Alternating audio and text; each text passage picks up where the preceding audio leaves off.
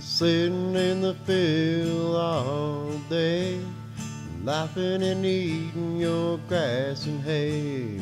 Moo cow moo, moo cow moo, moo cow moo, moo cow moo. Sitting in the field having fun, listening, laughing in the sun. Moo cow moo, moo cow moo, moo cow moo, moo cow moo. Farmer John sitting in the barn, laughing and loving it up with all the cows. Moo cow moo, moo cow moo, moo cow moo, moo cow moo.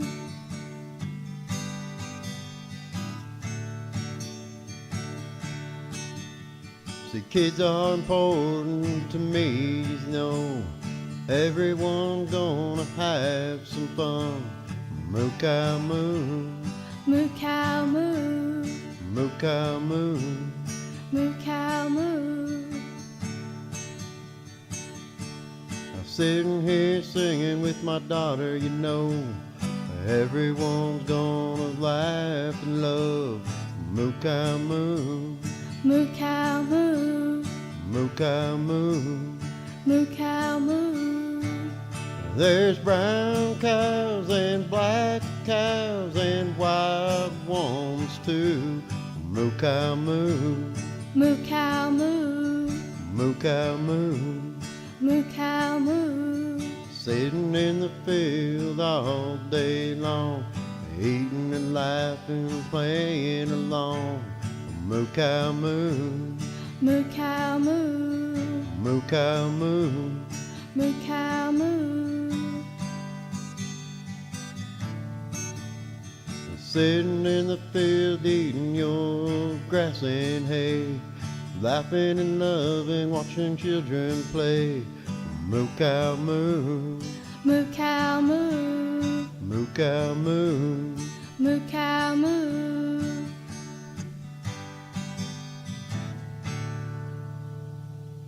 Any minute now, I'm Well, going I to would click hope. my fingers and the phone's going to ring.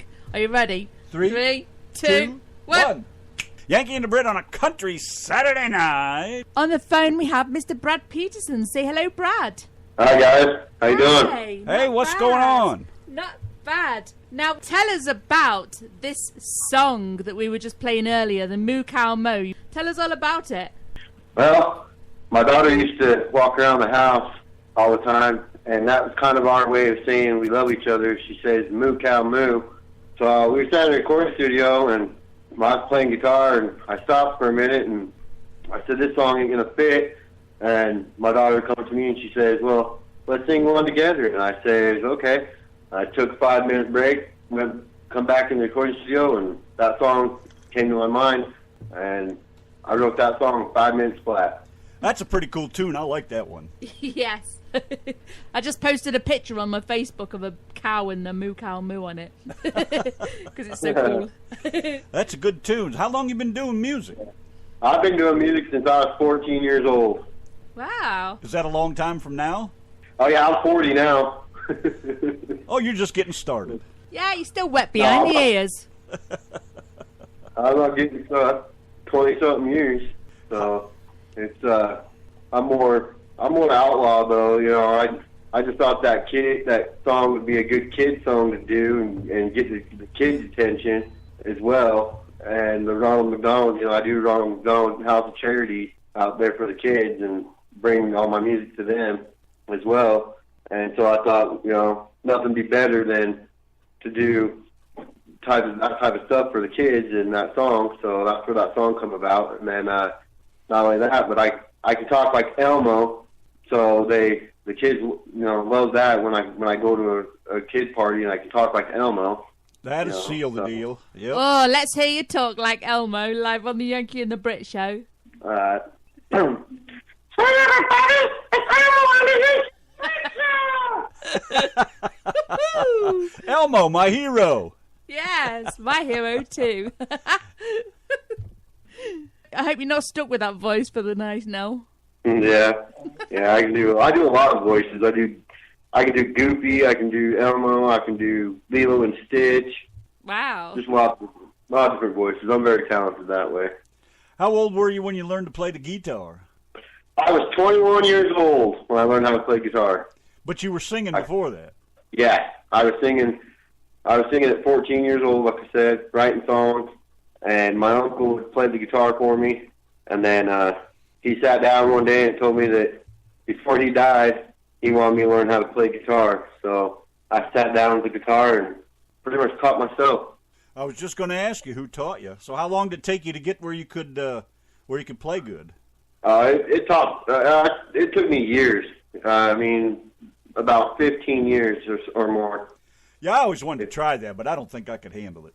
Yeah, it's not easy. That's for sure.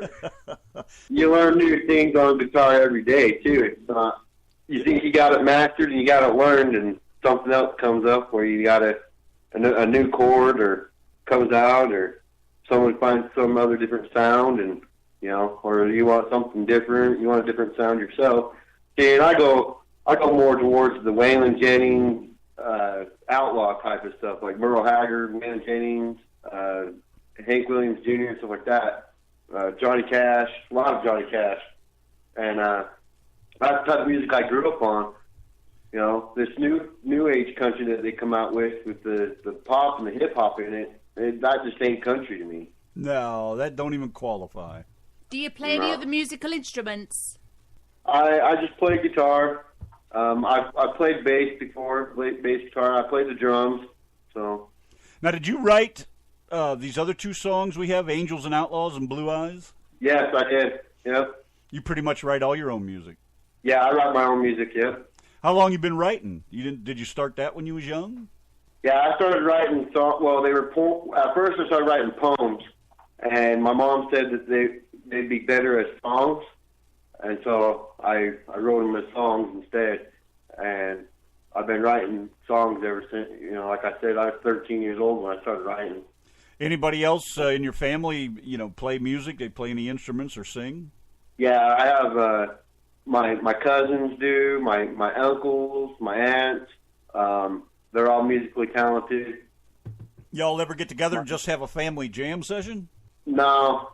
A lot of my family members now have either passed away or that actually was musical involved in music. They've all passed away. Oh, sorry to hear that. So I'm trying to pass it on to my kids, and my daughter Carly, she's taken up on singing, but she's not wanting to play any instruments or anything like that. So that's probably the best thing. But what was your earliest musical memory from when you were young and had really tiny legs? Oh, wow.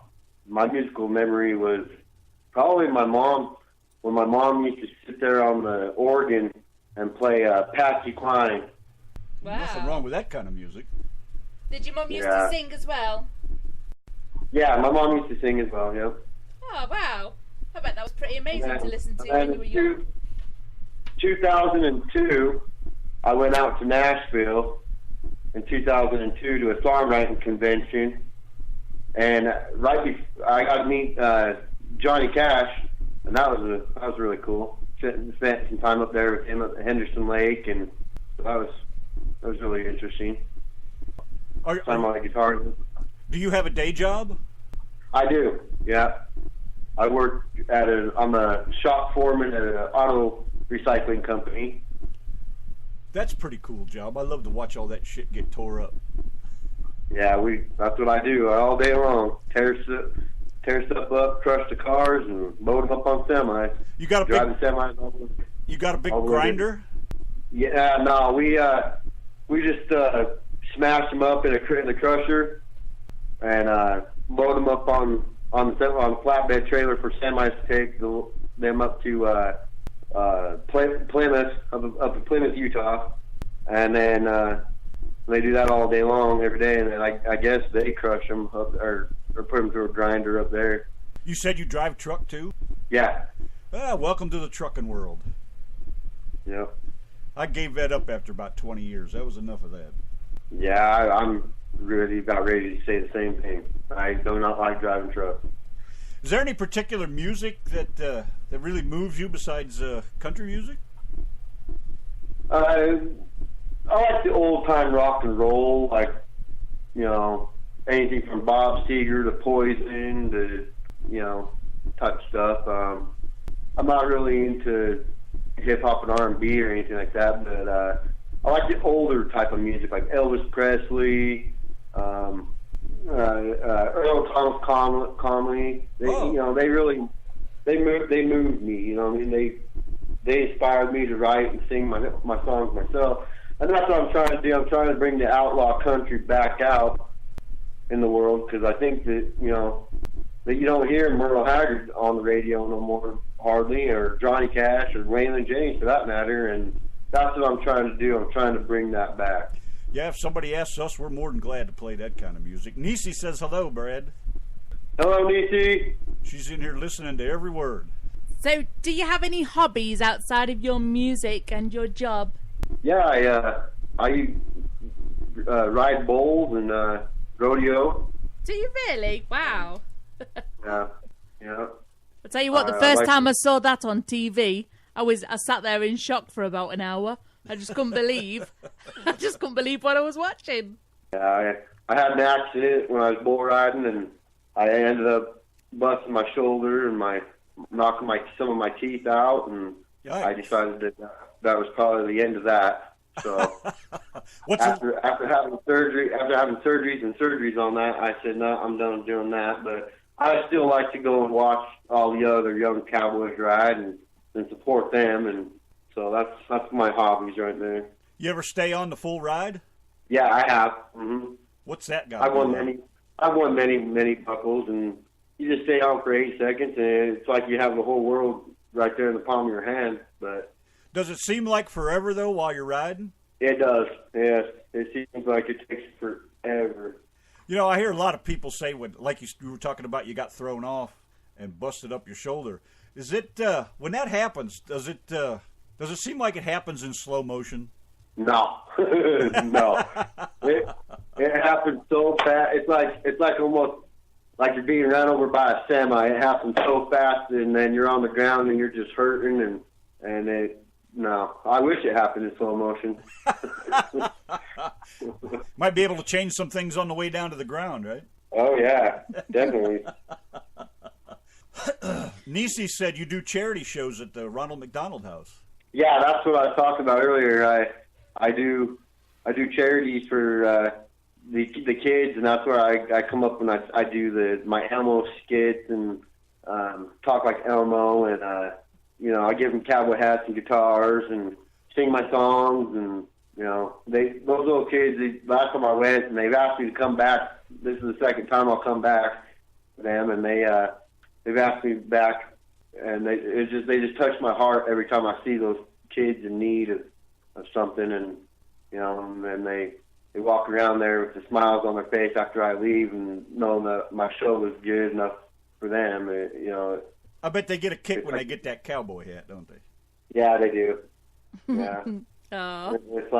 It's like they I don't know, they really appreciate everything that you're doing for them, and then they they touch your heart so much that it's just overwhelming. And a lot of them are very, very sick, and they can't go out to a concert, or they can't go, you know, and so you bring this music to them, and it's a whole new world to them, and they're just really excited and clingy. You know, a lot of them were clingy to me, and they didn't want me to leave, and it was really a fun experience. Well, that's a great thing you're doing there. That's pretty cool. Yeah.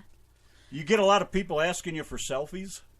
Sometimes, but I have me and my other half have a mutual respect for each other, so I will not take another picture with a woman at all. I'll take pictures with guys all day long, but you know, as long as the whole band's there. But when it comes to like a female, or you know, no, you know, I just don't do that. But when it comes to a kid, oh yeah, absolutely. I will take my time and stop for any little kid to sign their pictures or autograph, you know, an autograph for them, or a guitar or a hat or whatever I'm signing for them. But that's for the kids, you know. Yeah, I'm all about kids. That's awesome. You got any heroes? I do.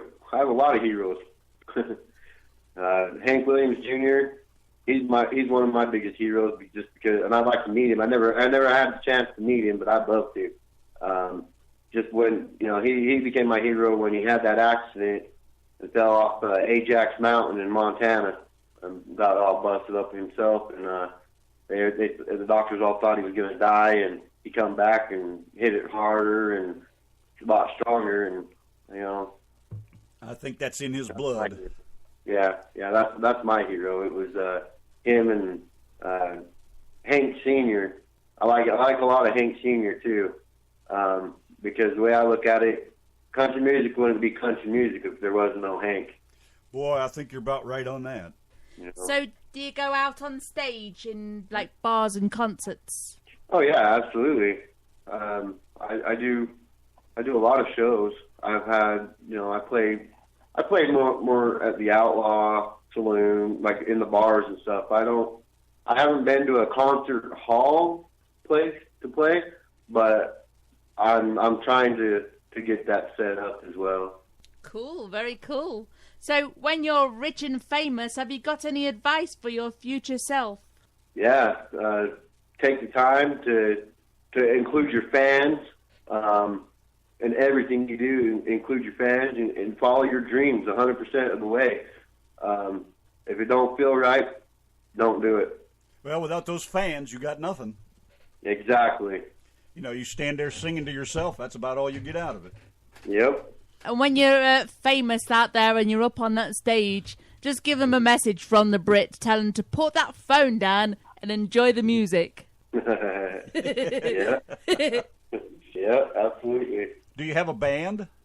I do. Yep, we do. We have a couple buddies of mine that my drummer is Ty Peebley, and my bass guitarist is Charlie Tang.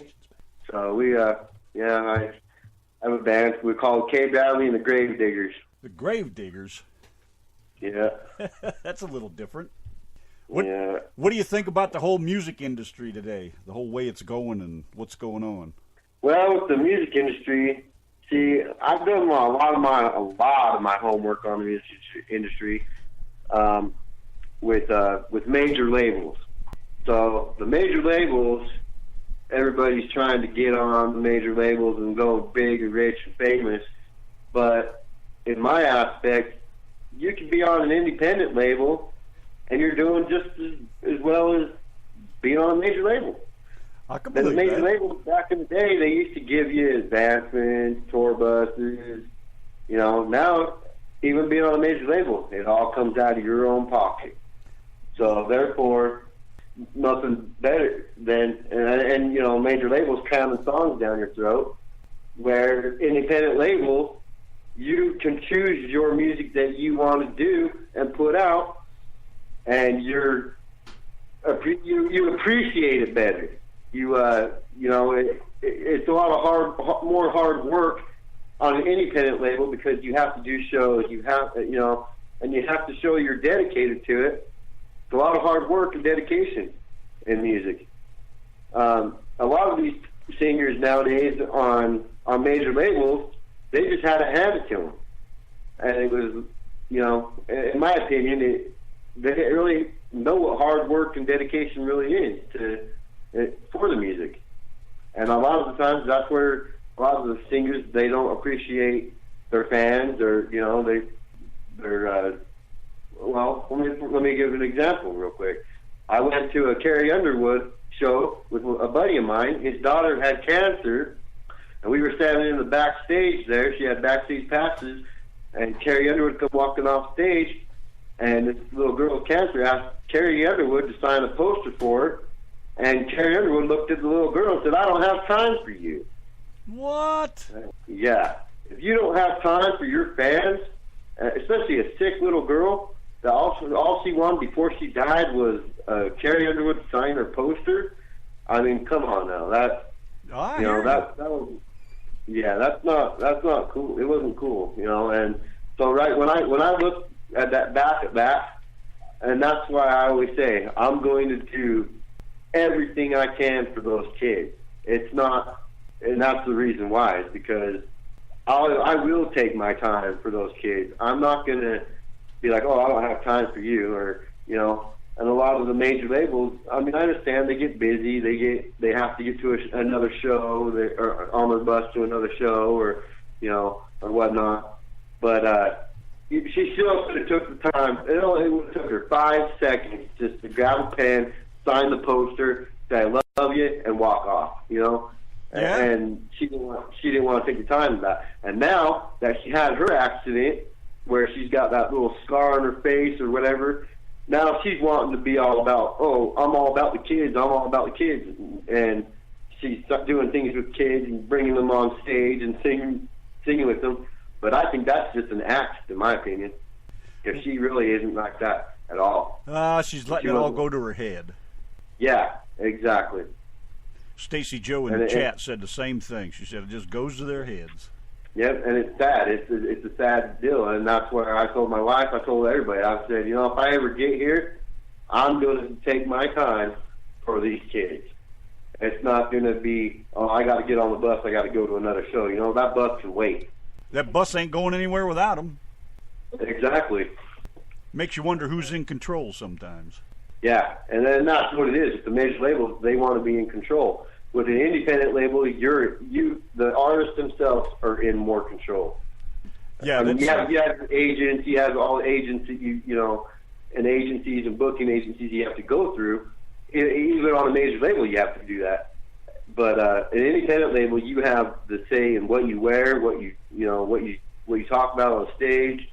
You know, you pretty much do your own thing on an independent label.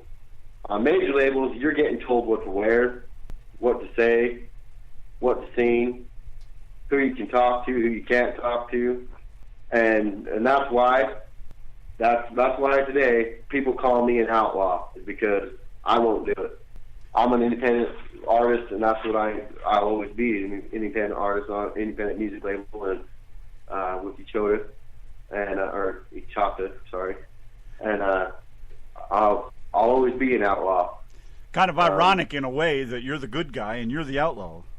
Yeah, but that's the way that I see things, is because being the outlaw is because outlaw, I mean, if you look at the dictionary, outlaw means, you know, a lot of different things. It symbolizes, one, you don't, it's not that you don't respect authority, because you do. It's just that you are pretty much showing it to the man, hey, you know what? I can do this without you. I don't need you, you know? And that's pretty much the way I am. That's kind of my attitude, I guess. I pretty much do everything by myself. If I need help, I know where to ask for it. When I want help, I'll ask for it, I guess. Exactly. And that's exactly where I'm coming from myself, is, you know, that's why I got the outlaw. I'm bringing back the outlaw music, and, you know, everybody says, well, you know, I had a buddy of mine the other night ask me, well, what are you going to put on your tour bus when you get a tour bus? And I said, I'm going to put on there k.bradley, the outlaw. I'm not, you know, that's what I am. That's who I am. I'm going to be myself. I'm not going to be someone that's fake and someone that, you know, wants to present themselves in a different format than, what am I trying to say here? Well, you know, if enough of that, enough of the bad word gets out there, you will be an outlaw, and people will turn on you in a minute. Oh yeah, exactly. So, you know. Well, I got 10 other questions here I'd like to ask you, and then we'll get out of here. Well, I have another one first. Oh, go on, Do you have a CD or anywhere, or is there a place where people can purchase your music? Well, on my music, I've got the Reverberation, so you can pull that up. I'm going to be putting more music on that as well. The only thing that's coming out right now, I'm still working on the album Angels and Outlaws. The song Angels and Outlaws is out, and the video is out on YouTube.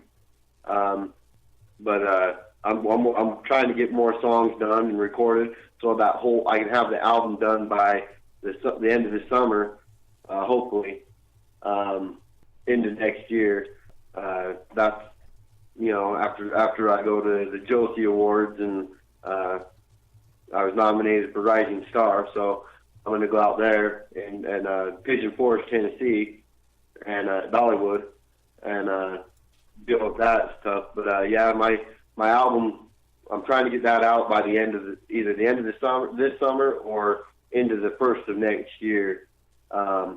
It'll be done and completed, and that's going to be Angels and Outlaws, and it's going to have different, my different aspects on my music that I wrote, and we're going to have different sounds and different songs on there as well. So you have a Facebook page too, right?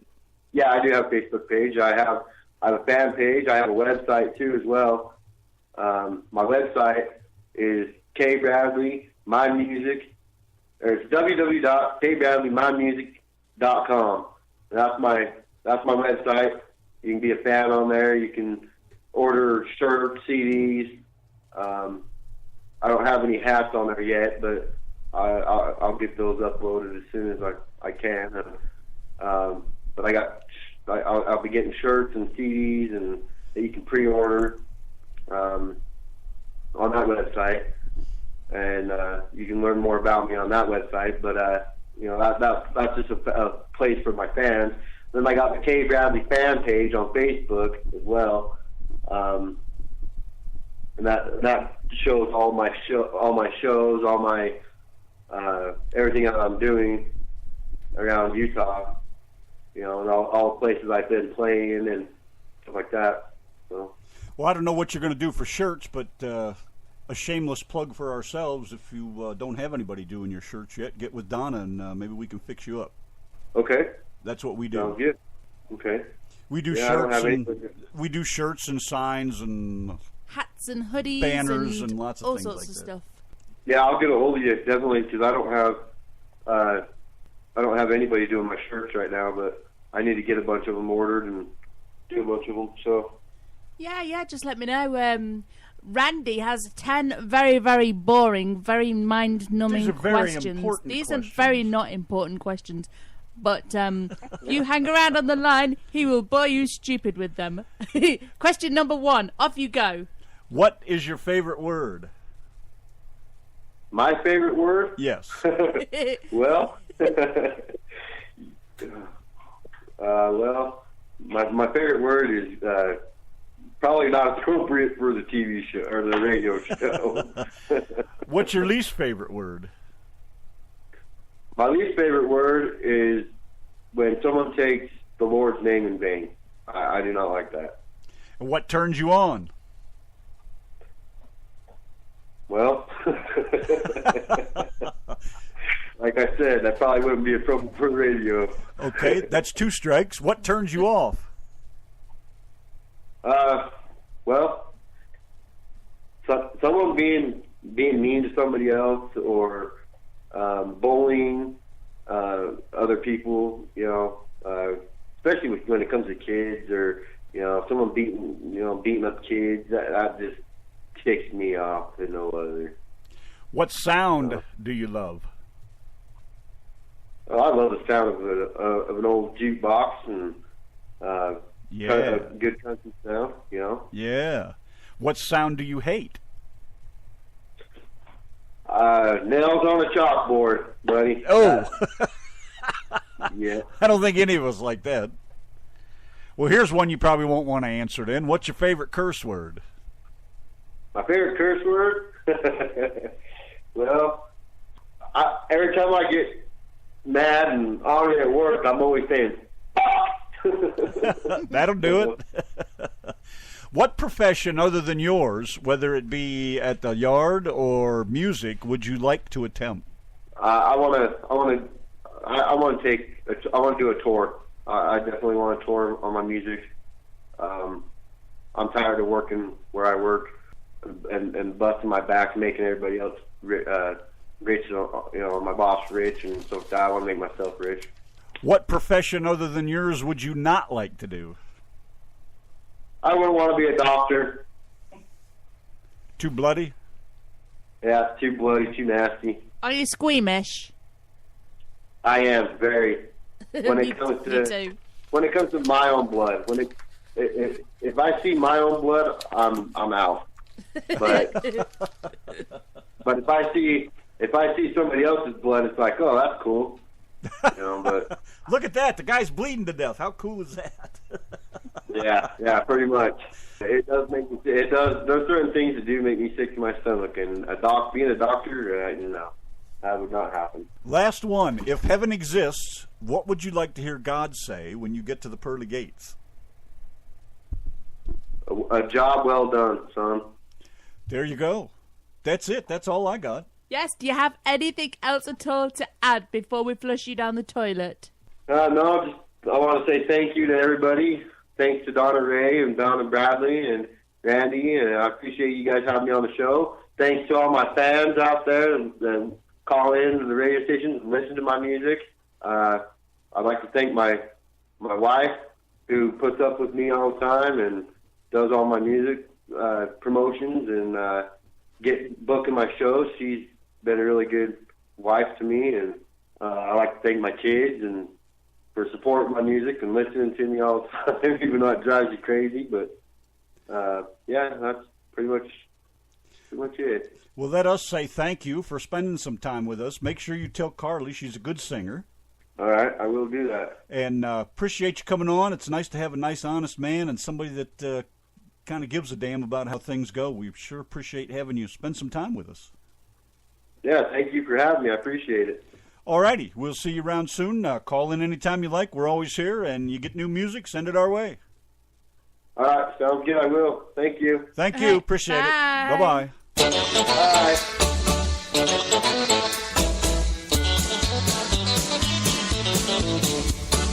Yanki and the Brit's the place to be. Radio living is the life for me.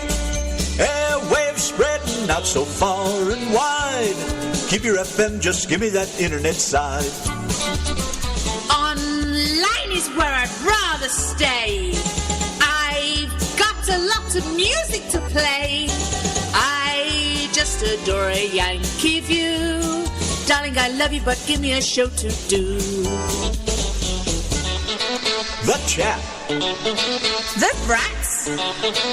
On air. That's fair. You are my wife. Goodbye, British life. The Yankee and the Brit on air.